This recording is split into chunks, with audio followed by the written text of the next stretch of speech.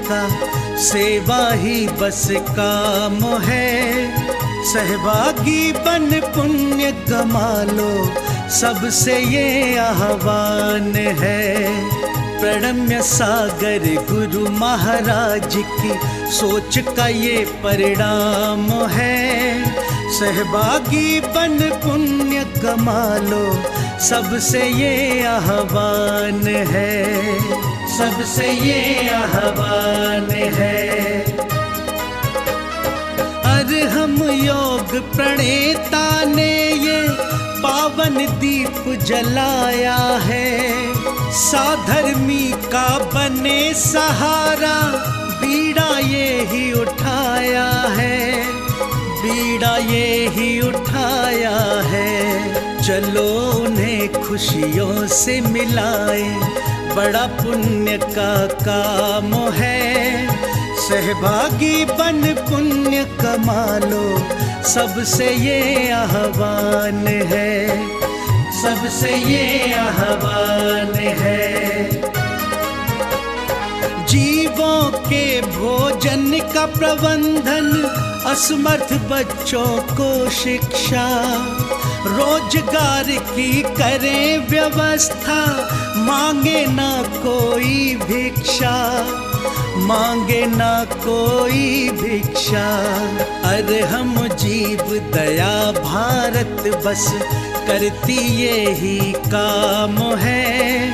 सहभागी बन पुण्य कमा लो, सबसे ये आह्वान है, सबसे ये आह्वान है। गाय धरा पे रहे सुरक्षित, गौशाला है बनवाई। जीव जंतु की भोज व्यवस्था सुंदर रूप से करवाई, सुंदर रूप से करवाई। साधर्मी भूखा ना सोए, रखना सबका ध्यान है। सहभागी बन पुण्य कमा लो, सबसे ये आह्वान है, सबसे ये आह्वान है। साधर्मी रोगी के इलाज को हम मिलके हैं करवाते। जाने कितने असहायों को राशन घर में पहुंचाते, राशन घर में पहुंचाते। लक्ष्य हमारा उन चेहरों पे लानी बस मुस्कान है। सहभागी बन पुण्य कमा लो, सबसे ये आह्वान है, सबसे ये आह्वान है। दान धर्म ही साथ जाएगा, बाकी सब तो धोखा है। पुण्य के भागी बन जाओ, ये बड़ा ही पावन मौका है, बड़ा ही पावन मौका है। जुड़ के जीवन सार्थक कर लो, पावन ये अभियान है। सहभागी बन पुण्य कमा लो, सबसे ये आह्वान है, सबसे ये आह्वान है।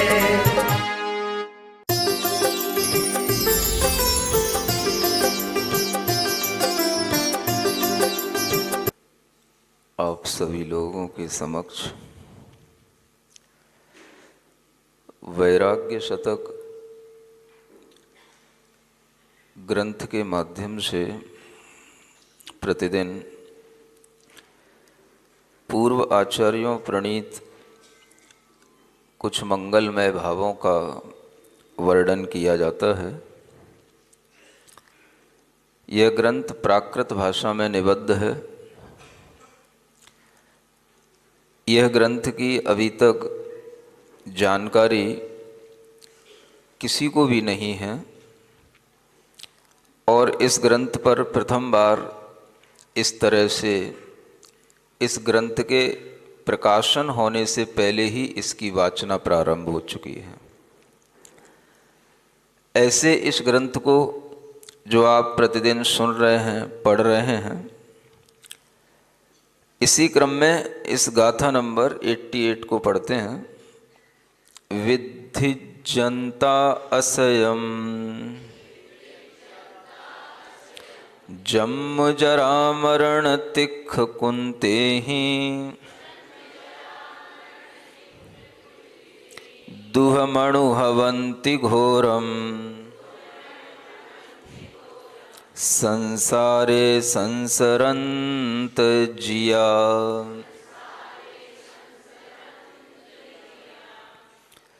आचार्य कहते हैं विद्धि जनता यानी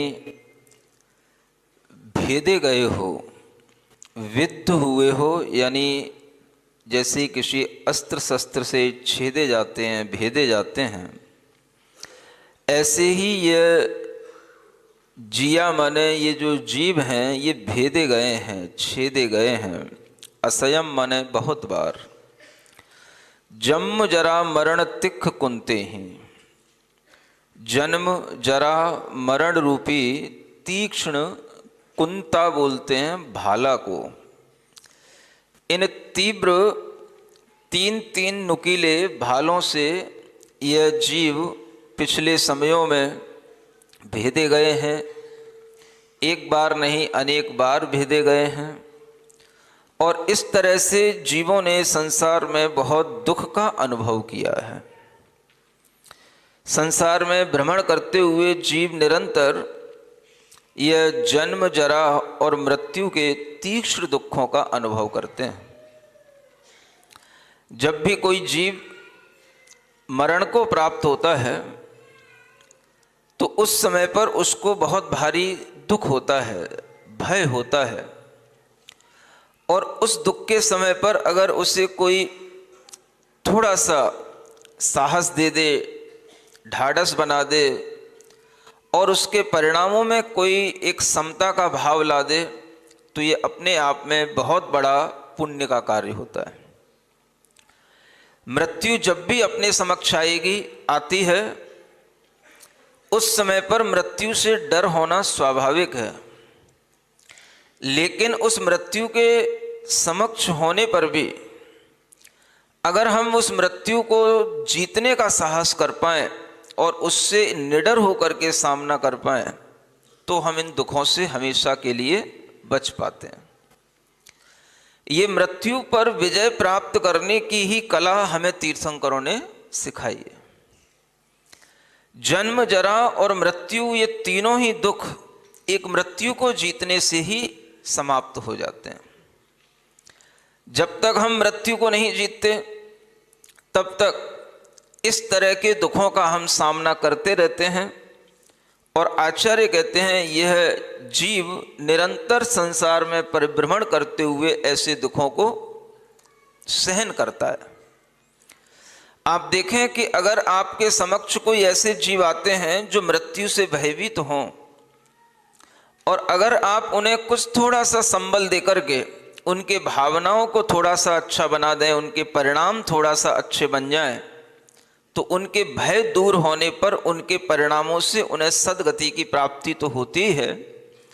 लेकिन एक बार अगर उन्हें इस तरह से मरण पर भय ना रहे और मरण पर वह विजय प्राप्त करने की भावना कर लें तो ये तीनों प्रकार के दुखों से इस जीव को मुक्ति मिल सकती है। संसार में हर जीव को आज रहने के तरीके बताए जाते हैं, जीने के तरीके बताए जाते हैं, कैसे जिएं, कैसे जीवन जिएं। आर्ट ऑफ लिविंग सिखाई जाती है। यहां आचार्य आर्ट ऑफ लिविंग तो सिखाते ही हैं लेकिन आर्ट ऑफ डेथ भी सिखाते हैं, कैसे मरें। मरने की कला अपने आप में इतनी महत्वपूर्ण है कि यह आगामी समय में आने वाले दुखों से बचाने का कारण बनती है। अब यहां आचार्य कह रहे हैं, हे जिया, तूने इस संसार में अनेक दुख सहे हैं, अनेक दुख सहे हैं, अनेक दुख सहे हैं। ये बार बार याद दिलाया जा रहा है। किसको? जिया को। ये जिया क्या होता है? जीव होता है। ये प्राकृत पढ़ने वालों को ही समझ में आएगा कि जिया माने जीव होता है। आप देखो कि लोगों में एक अपनी भाषा के प्रति भाव तो उत्पन्न हो रहा है, प्रेम तो उत्पन्न हो रहा है। और आज से आप देखोगे कि जैसे ये रेवाड़ी के बच्चे अभी 3 दिनों से थे यहाँ पर, ये भी प्राकृत भाषा में ही कुछ द्रव्य संग्रह का लाभ ले रहे थे और भी चीज़ें सीख रहे थे। आचार्य महाराज के सुनीति शतक के श्लोकों को भी इन्होंने पढ़ा सीखा। अब इनका तो कार्यक्रम आज पूरा होगा और आज से फिर एक नया कार्य शुरू होगा जो प्राकृत भाषा के रूप में और प्राकृत शिविर के रूप में होगा। अब यह प्राकृत का जो कार्यक्रम आपके सामने आएगा, यह भी रेवाड़ी वालों के द्वारा ही संचालित हुआ होगा। यानी अभी ये 3 दिन पिछले और आगे के ये 3 दिन ये रेवाड़ी के लिए ही समर्पित हैं। समझ में आ रहा है? फिर क्यों कहना कि महाराज रेवाड़ी चलो रेवाड़ी चलो। जब आप लोग आने में समर्थ हैं और स्वयं भी आ सकते हैं और लाभ ले सकते हैं और आसपास के लोग भी आ ही रहे हैं, अभी तो कटनी के लोग ही दिखाई दे रहे हैं, ये अमरपाटन के लोग तो पढ़ने थोड़ी ना आए होंगे, ये तो केवल दर्शन करने आए होंगे, लेने आए हैं। इनको लग रहा है अब दिवाली पास में आने वाली है, महाराज इधर उधर जाएंगे, कहीं जाने का मन बनाए इससे पहले अमरपाटन जाने का मन बना लें, ऐसा सोच के आए हैं। अच्छी भावना है। अगर आप अपने मन में धर्म का लाभ लेने की भावना रखते हैं, कुछ सीखने की भावना रखते हैं, तो वह भावना हम कहीं आसपास रहकर के भी सीख सकते हैं। प्राकृत भाषा का अगर हम थोड़ा सा महत्व तो समझेंगे तो हमें अपने जीवन में ये जो शब्द प्रयुक्त होते हैं उनका भी हम ये ओरिजिन समझ सकेंगे कि ये शब्द कहाँ से निकले हैं। आप सब सुनते हैं, जिया कब तक उलझेगा संकल्प विकल्पों में। अब ये जिया आया कहाँ से? ये जिया शब्द अपने आप में देखो प्राकृत का शब्द है। अब ये जिया ही है। अब हम यूं कहें कि ये जीव से जिया बन गया तो ऐसा नहीं बनेगा, क्योंकि जीव का तो जीव ही रहेगा। अब ये अपने आप में एक नया शब्द है, जिया। अब ये जिया शब्द की उत्पत्ति अगर हम ढूंढें तो कहीं नहीं मिलेगी, हमें सिर्फ इसी एक वैराग्य शतक ग्रंथ में मिलेगी। यहां तक कि आप आचार्य कुंद के सभी ग्रंथ पढ़ लोगे, आपको कभी जिया शब्द नहीं मिलेगा। यह इस वैराग्य शतक ग्रंथ में ही आपको जिया शब्द मिलेगा कि ये बोल चाल का हिंदी का ये शब्द आचार्य ने यहां पर प्रयुक्त किया है। अब आप समझो, पुरानी भाषाओं को पढ़ने से हमें कितने लाभ होते हैं। हमें पता पड़ता है हम क्या बोल रहे हैं, कहां से बोल रहे हैं, उसका मूल उत्स क्या है, स्रोत क्या है, और इस तरह की जानकारियां जब हमें होती हैं तो हमारे अंदर एक अलग तरह की विशुद्धि उत्पन्न होती है। इसलिए हमेशा हमें मूल आचार्यों के ग्रंथों को अवश्य पढ़ने का भाव करना चाहिए। तो यहां कहते हैं कि अगर हमारे जी में जिया का एक तरह से अगर अर्थ होगा तो हम कहते हैं भाई जो जिए उसका नाम है जिया, जो जीता रहता है। जीते रहने का नाम ही जीव होता है और जीते रहने का नाम ही जिया होता है। अब अगर ये जीवन जी रहे हैं तो हमारे हृदय में ये भावना बनी रहनी चाहिए कि हम अपने इन दुखों को याद करके उन दुखों को जीतने की कोशिश करें। आचार्य यहां अगर दुखों को याद दिला रहे हैं कि हमने ये दुख अनंत काल में प्राप्त किए हैं, अनंत बार प्राप्त किए हैं, तो अब हमारे मन के अंदर एक भाव ये भी आ जाना चाहिए, अगर हमने ये दुख प्राप्त किए हैं तो अब हमें इन दुखों को जीतना भी है। अब ये दुख आपने प्राप्त किए हैं, पूर्व जन्म की बात आपसे कही जा रही है, और इन दुखों को अगर हमने प्राप्त किया है तो ये बात निश्चित है कि ये पुनर्जन्म हमारे होते रहे हैं, इसी कारण से ये दुख हमारी आत्मा को प्राप्त हुए। तो जब तक हम इस तरह से अपने मन में विचार नहीं करेंगे, पुनर्जन्म के सिद्धांत को नहीं सामने लाएंगे तब तक हमारे लिए यह दुख कोई मायने रखेंगे ही नहीं। तो दुख हमारे सामने कब आएंगे? जब हम ये स्वीकार करें पुनर्जन्म होता है। आत्मा जन्म जन्मांतरों से इस संसार में भ्रमण करता आया है। अनादि काल से आत्मा की इसी तरह से अन्य अन्य स्थानों को छोड़ छोड़ करके उसकी गति होती रही है, उसका भ्रमण होता रहा है। यह बात ही बताती है कि पुनर्जन्म का सिद्धांत आपके अंदर गहरा बैठा होना चाहिए। इस विषय में प्रश्न ही नहीं होना चाहिए कि पुनर्जन्म होता है या नहीं होता है।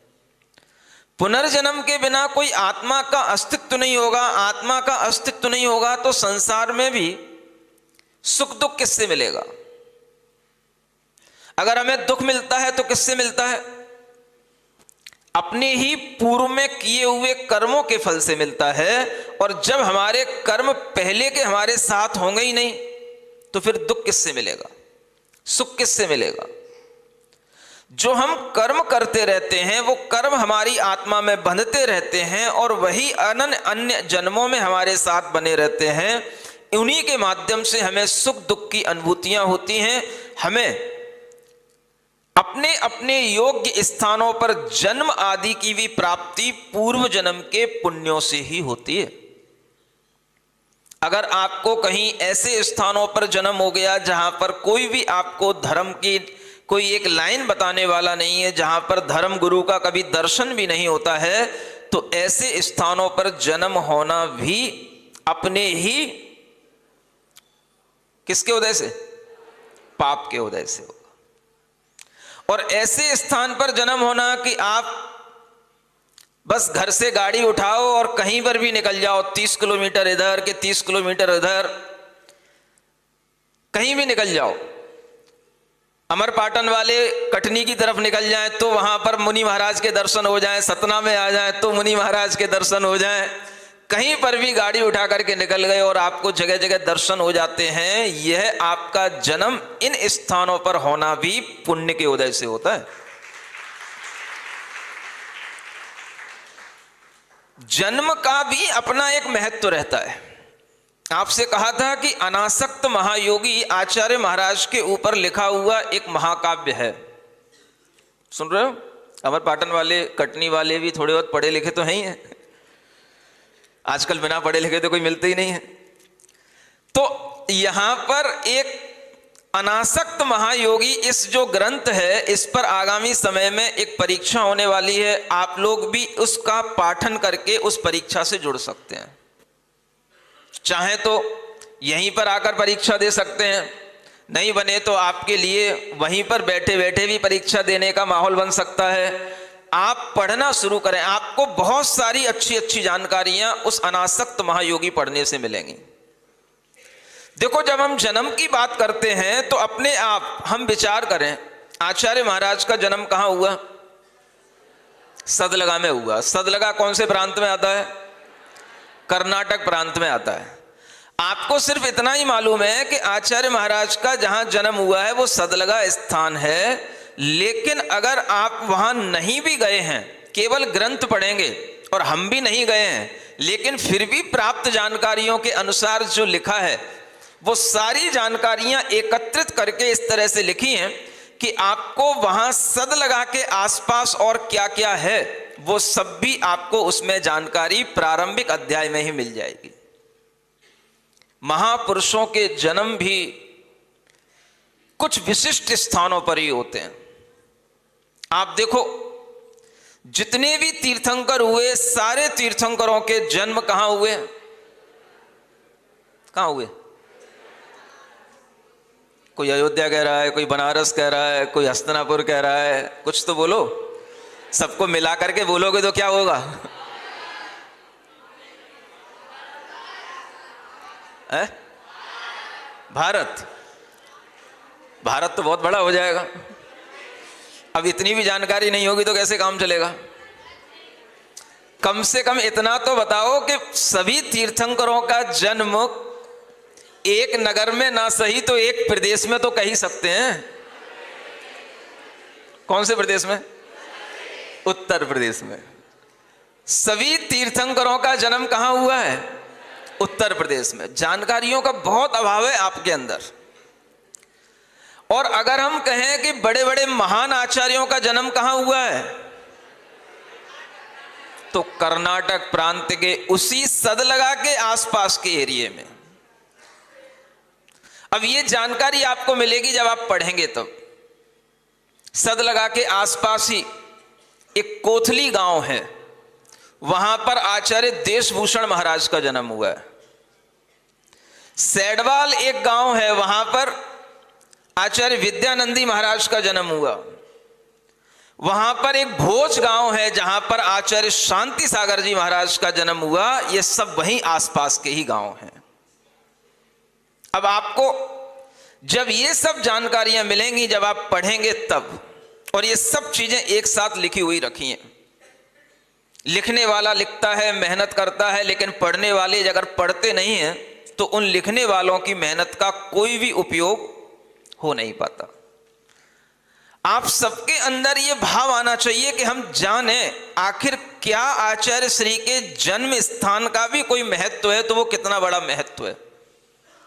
जिस जन्म स्थान के पास में ही श्रवण बेलगोल है, और वहां पर इस विश्व का 8वां आश्चर्य भगवान बाहुबली की उत्तुंग प्रतिमा इस संसार को अहिंसा का संदेश देने के लिए विराजित है। ऐसे उस स्थान पर, वहां पर आचार्य महाराज का जन्म हुआ है। जन्म का स्थान भी पूर्व पुण्य के उदय से नियुक्त होता है। आप कहां पर जन्म लिए हैं, और जहां पर जन्म लिए हैं वहां पर अगर आपका पुण्य होगा तो ही वहां पर जन्म मिलेगा जहां धर्म का वातावरण होता है। और उस धर्म के वातावरण में जन्म लेने के बाद ही हम धर्म के बारे में कुछ सीख पाते हैं, कुछ उन्नति कर पाते हैं। इसलिए जब भी कभी जन्म होता है तो जन्म तो अच्छी जगह पर हो गया, अब उस जन्म को सुधारते सुधारते मरण की ओर जाना भी, ये सीख पाना, ये हमें तीर्थंकरों के ज्ञान से मिलता है। मरण के प्रति डरना नहीं। ये कहां से सीखोगे? ये जिनवाणी से सीखने को मिलेगा। आपके लिए कोई भी व्यक्ति किसी भी तरह से आपको चेतावनी दे, आपके लिए बुरा सोचे, आपके लिए मृत्यु के लिए भी योजना बना ले, लेकिन आपको मरण के प्रति डर ना आए, इतना साहस हमें कहां से मिलेगा? ये ज्ञान, ये साहस हमें जिनवाणी से मिलता है।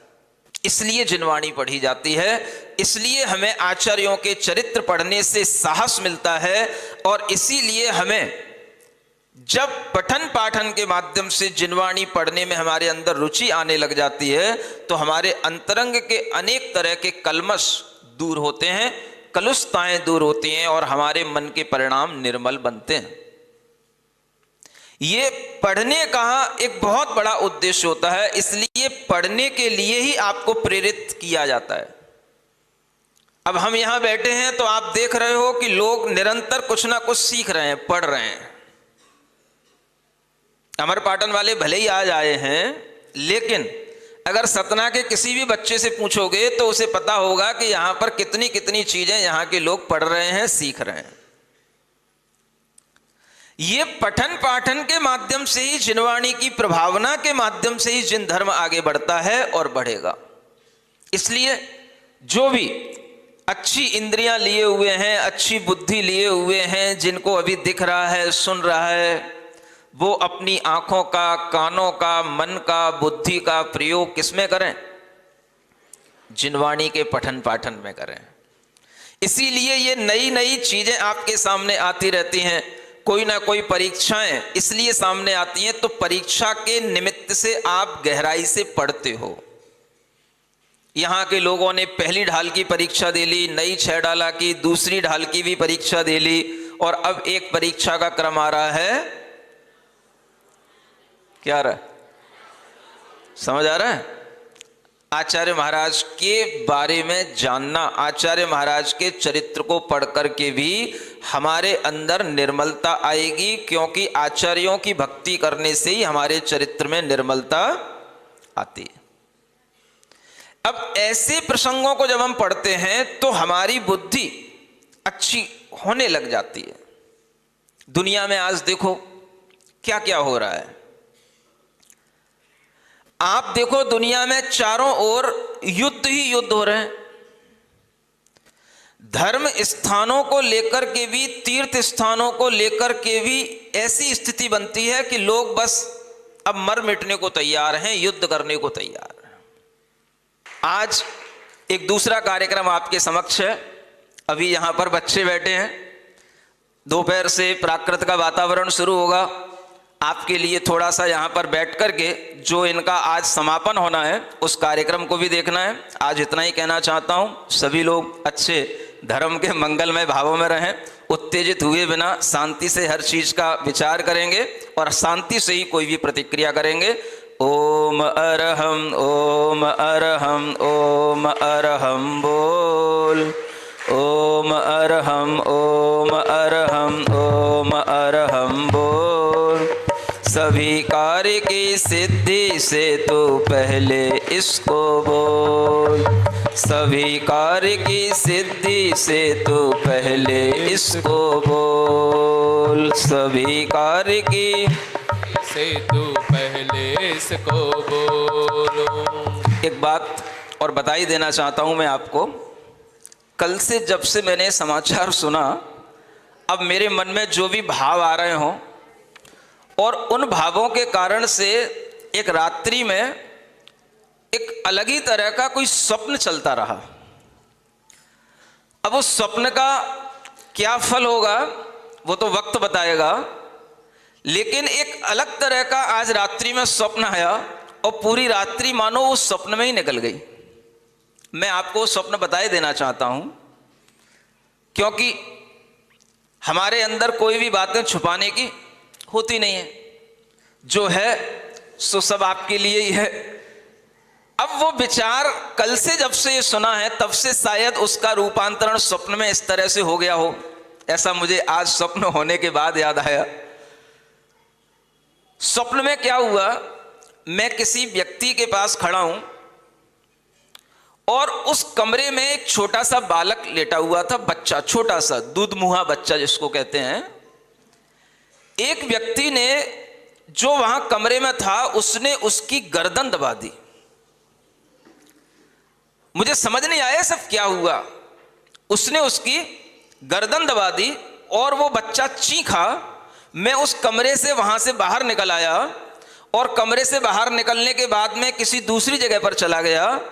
अब स्वप्न तो स्वप्न ही होता है। अब यही समझ में नहीं आ रहा है कि मैं वहां पर मुनि रूप में था कि मुझे क्या वहां पर भाव था वो कुछ याद नहीं है। लेकिन अब क्या याद आता है, मुझे उस स्थान पर फिर से जाना है, क्योंकि वहीं पर मैं रुका हुआ हूं। अब मुझे उस स्थान पर फिर से जाना है, मैं वहीं पर रुका हुआ हूं, तो मैं उस स्थान पर अब उस कमरे में तो नहीं जा सकता, क्योंकि वहां पर उसने उसका कत्ल कर दिया। कुछ देर बाद जब वहां पर उस कमरे में पहुंचा तो वहां पर देखा कि कमरे में बहुत सारी मिट्टी खोद दी गई है। और हम उस बगल के कमरे में गए तो वहां पर एक कोई माता बैठी हुई है और उसकी लोग आरती उतार रहे हैं। ऐसा लगा कि जैसे उस कब्र को खोद करके उस बच्चे को शायद उस मिट्टी में समाहित कर दिया गया हो। वहां डर के कारण से कोई भी चीज की जानकारी लेने की कोशिश नहीं की और वहां से निकल आया। फिर जब कुछ लोगों के बीच में बैठा तो बातचीत हो रही थी। अब वह जो व्यक्ति था, वह व्यक्ति न उसका कोई चेहरा याद है न कुछ याद है, बस वो व्यक्ति नीली कलर की ड्रेस पहने हुए था, शर्ट पहने हुए था। अब जब बातचीत हो रही थी तो उस व्यक्ति ने किसी भी तरह से मुझे वहां बुलाने की कोशिश की। जब उसे बुलाने की कोशिश की तो मैं समझ गया कि मुझे वहां बुलाया जा रहा है, माने उस व्यक्ति को यह पता है कि इसने कत्ल करते हुए देख लिया है, तो शायद वो मुझे बुला रहा है और वो मेरे साथ भी कुछ भी कर सकता है। सुन रहे हो? अब बहुत देर तक उस व्यक्ति के पास नहीं जाने के लिए इधर उधर टालता रहा, घूमता रहा और चलते चलते आखिर उस व्यक्ति के सामने आ ही गया। और उस व्यक्ति के सामने जैसे ही आया, वहां कुछ अंधेरा सा था, उसने टॉर्च डाली और मुझे पहचान हुई कि हाँ, यही नीली शर्ट पहने हुए ये व्यक्ति है। और जैसे ही उसने वो टॉर्च डाली अपने ऊपर और मेरी नींद खुल गई। उस समय 3:10 हो रहे थे, मेरे उठने का टाइम हो चुका था। समझ आ रहा है? अब ये स्वप्न हमने देखा, क्या इसका प्रयोजन है? और इस स्वप्न को देखने के बाद में बहुत देर तक मन में यही चलता रहा कि ये आज क्या हो गया, ये क्या देखता रहा। तो फिर उसके बाद में मुझे समझ में आया कि ये शायद, अरे चंद्रसेन थोड़ी देर कर दी आने में, अरे थोड़ी देर कर दी आने में। हाँ, तो फिर मुझे समझ में आया कि ये क्यों हो गया, क्या हो गया। तो उस समय पर फिर मुझे समझ में आया कि कल जो मैंने महेश गिरी का वीडियो देखा था, उसके कारण से शायद मेरे दिमाग में कुछ इस तरह के विचार चल रहे हो और कुछ ये हिंसा का वातावरण मेरे दिमाग में छाया हुआ हो। लेकिन फिर भी मैंने अपने अंदर सब प्राणियों के प्रति क्षमा की भावना से मैंने एक माला फेरी। मैं सबको क्षमा करता हूं, सबसे क्षमा मांगता हूं और उस महेश गिरी को भी क्षमा करता हूं जिसने ऐसे वचन बोले कि अगर दिगंबर साधु यहां गिरनार पर आए तो उनके धड़ काट देना। मैंने उसको भी हृदय से क्षमा करके सामायिक में अपना मन शांत किया। ये विचार मुझे आपके समक्ष रखने थे, क्योंकि मैं निर्ग्रंथ साधु हूं। कोई भी विचार अपने अंदर आता है वह सब आपके लिए होता है, आपके द्वारा दिया गया होता है, मेरा कुछ नहीं होता है। इसलिए ओम अरहम नमः।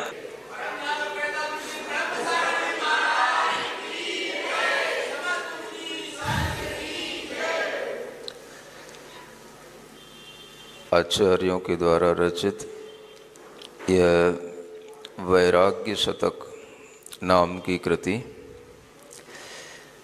प्राकृत भाषा की एक अद्भुत कृति है,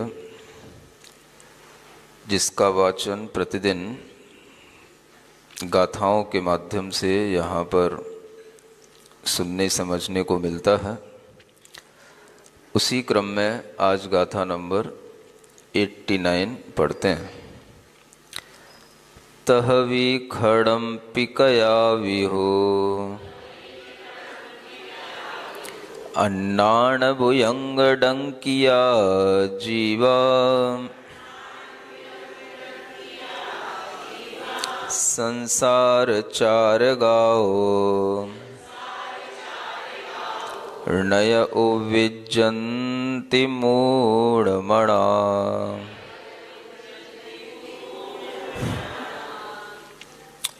आचार्य कहते हैं तहवी यानी तथापि, फिर भी, खड़म्पी यानी क्षण भर भी, कयावी कभी भी, अन्नाण भयंग डंकिया जीवा, ये जो संसार के जीव हैं ये अज्ञान रूपी भुजंग से डंकित हैं, यानी डसे गए हैं।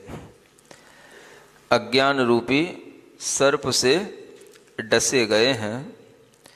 इसलिए संसार चारगाओ, ये संसार का जो ये चारक माने एक कारागृह है, उससे कभी भी नय उविज्जन्ति मूढ़मणा, ये मूढ़ मन होने के कारण से उससे कभी दूर नहीं हटते, उद्विग्न नहीं होते। आपके लिए इस तरह की गाथाएं लगता है कि करंट लगाने वाली होनी चाहिए। जब इस तरह से आचार्य कहते हैं हमें एक तरह से मूढ़ मना भी कहते हैं, अज्ञान से हम डंकित हैं, अज्ञान के सर्प से हम काटे गए हैं, ऐसा भी कहते हैं। और ये भी कहते हैं कि ऐसा होते हुए भी हम इस संसार से थोड़ा भी उद्विग्न नहीं होते हैं। उद्विग्न होने का मतलब है एक संसार से डर जाना, एक संसार के भयों से त्रस्त हो जाना, संसार के दुखों को देख करके भीतर से उन दुखों में न पड़ जाऊं, इस तरह का विचार करना, ये उद्विग्न भाव कहलाता है। एक उद्वेग भाव होता है जो आपके अंदर एक दूसरे तरह का ऐसा वेग पैदा कर देता है जिसके कारण से आप उस उद्वेग में आकर के अपनी कसायों में बह जाते हैं। और एक उद्विग्न भाव होता है जो ये उद्विग्न भाव आपके अंदर एक संसार से भय उत्पन्न करता है। लेकिन आचार्य कहते हैं ऐसा भय होता नहीं है, हो नहीं पाता।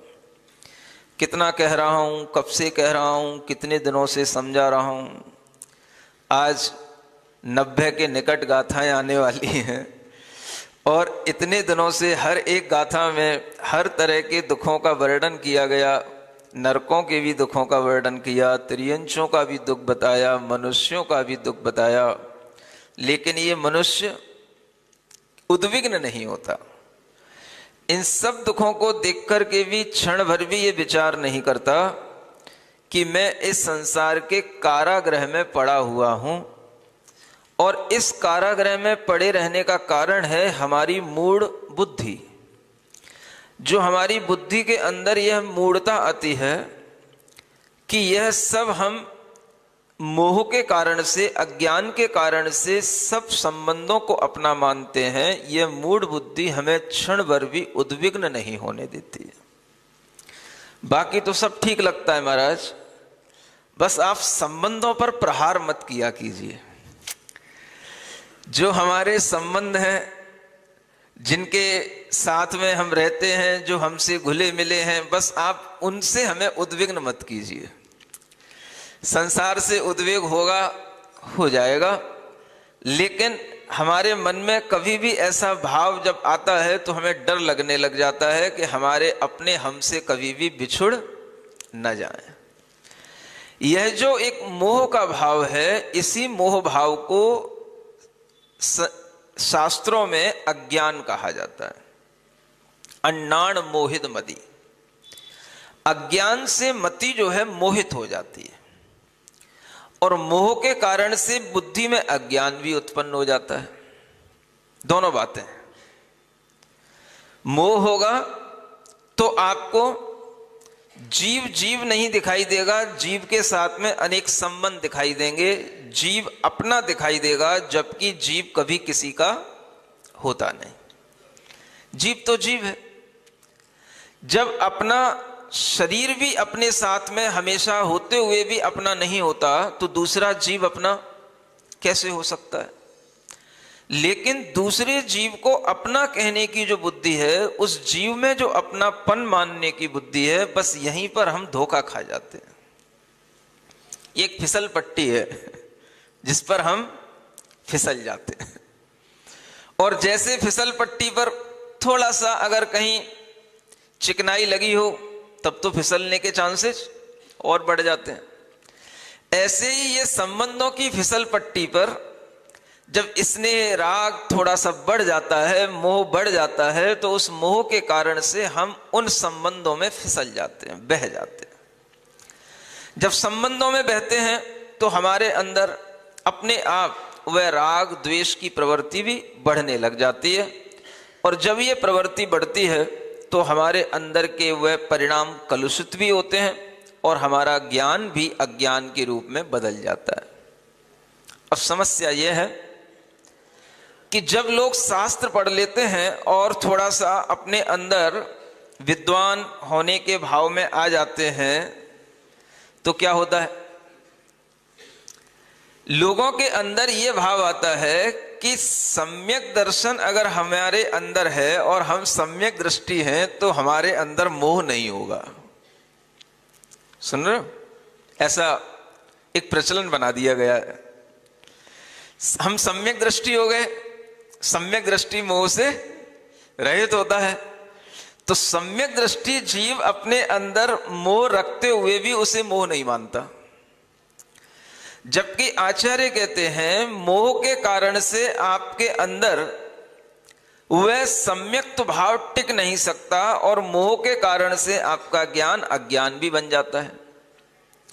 तो ज्ञान को हम अज्ञान नहीं बनना देखना चाहते, और ज्ञान हमारा ज्ञान ही है, क्योंकि हमारे अंदर तत्व का श्रद्धान है, तो हम सम्यक दृष्टि हैं, तो हमारे अंदर सम्यक ज्ञान है, और जब सम्यक ज्ञान है तो फिर हमारे अंदर मोह आ नहीं सकता, क्योंकि सम्यक ज्ञानी को मोह होता नहीं है।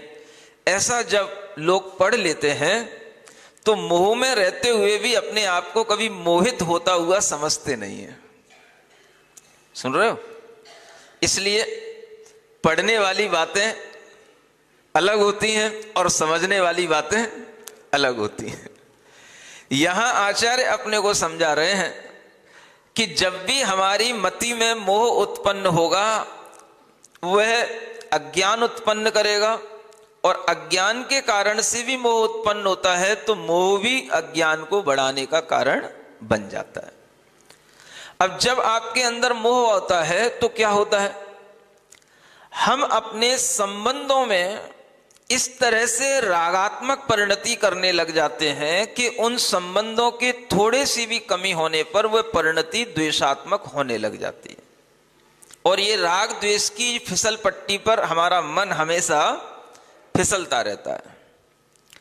अब ये राग और द्वेष की जो कमी होगी वो तब होगी जब हमारे अंदर का थोड़ा सा भ्रम दूर हो।